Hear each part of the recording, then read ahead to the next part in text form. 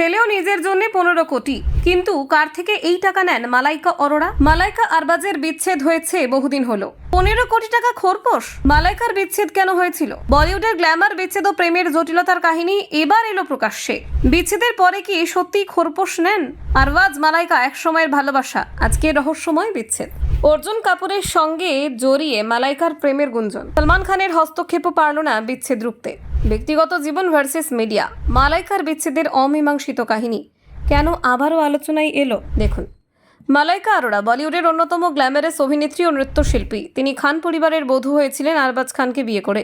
তাদের প্রেম বিচ্ছেদ দাম্পত্য জীবনের গল্প একসময় ছিল আলোচনার কেন্দ্রে। বিয়ের কিছুদিন পরে মালাইকা ও আরবাজের জীবনে আসে নতুন আনন্দ, তাদের একমাত্র পুত্র সন্তান। সবকিছুই যেন নিখুঁত মনে হচ্ছিল, কিন্তু সময় গড়াতেই সুখের সংসারে শুরু হয় ফাটল। ধীরে ধীরে গুঞ্জন ছড়ায় যে তাদের সম্পর্কে সমস্যা তৈরি হয়েছে। যদিও শুরুতে এই বিষয়টি প্রকাশ্যে আনতে চাননি কেউই, তবে বলিউডের আঙিনায় ফিসফাস বন্ধ হয়নি। অবশেষে একদিন শোনা গেল মালাইকা ও আরবাজের সম্পর্ক শেষের পথে। এই বিবাহ বিচ্ছেদ থামানোর চেষ্টা করেছিলেন আরবাজের ভাই সলমান খান। পরিবারের পক্ষ থেকে তিনি বারবার চেয়েছিলেন মালাইকা ও আরবাজ একসঙ্গে থাকুক, কিন্তু ব্যক্তিগত জীবনের জটিলতা এতটাই বেড়ে গিয়েছিল যে মিলেমিশে থাকা আর সম্ভব হয়নি। ফলে আলাদা হয়ে যাওয়ার সিদ্ধান্তই শেষ হয় তাদের দাম্পত্য। ঠিক সেই সময় মালাইকার নাম জড়িয়ে যায় অর্জুন কাপুরের সঙ্গে। বলিউডের চর্চার কেন্দ্রে চলে আসে তাদের সম্পর্ক। অর্জুনের বাবা বনি কাপুর আবার সলমান খানের ঘনিষ্ঠ মানুষ।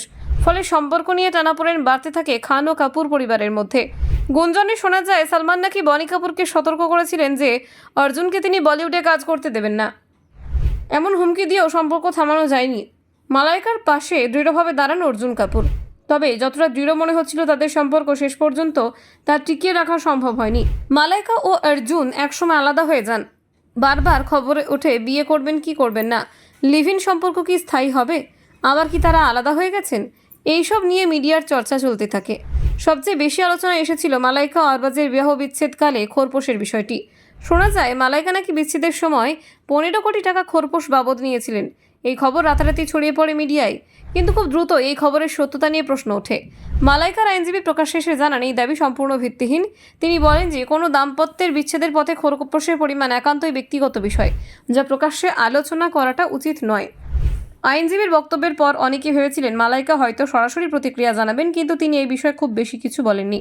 প্রকাশ্যে এসে তিনি সংবাদ মাধ্যমকে কোনো নিশ্চয়তাও দেননি, আবার গুজব বলে পুরোপুরি উড়িয়েও দেননি। ফলে খোরপোশের প্রসঙ্গ আজও এক অমীমাংসিত ধাঁধা হয়ে রয়েছে। কেউ বলেন তিনি মোটা অঙ্ক নিয়েছিলেন, কেউ বলেন পুরো বিষয়টি ছিল বানানো, কিন্তু মালাইকা নিজে এই নিয়ে কখনো স্পষ্টভাবে মুখ খোলেননি। মালাইকা বর্তমানে নিজের ক্যারিয়ার ও ব্যক্তিগত জীবন নিয়ে ব্যস্ত। বিচ্ছেদ তাকে থামাতে পারেনি।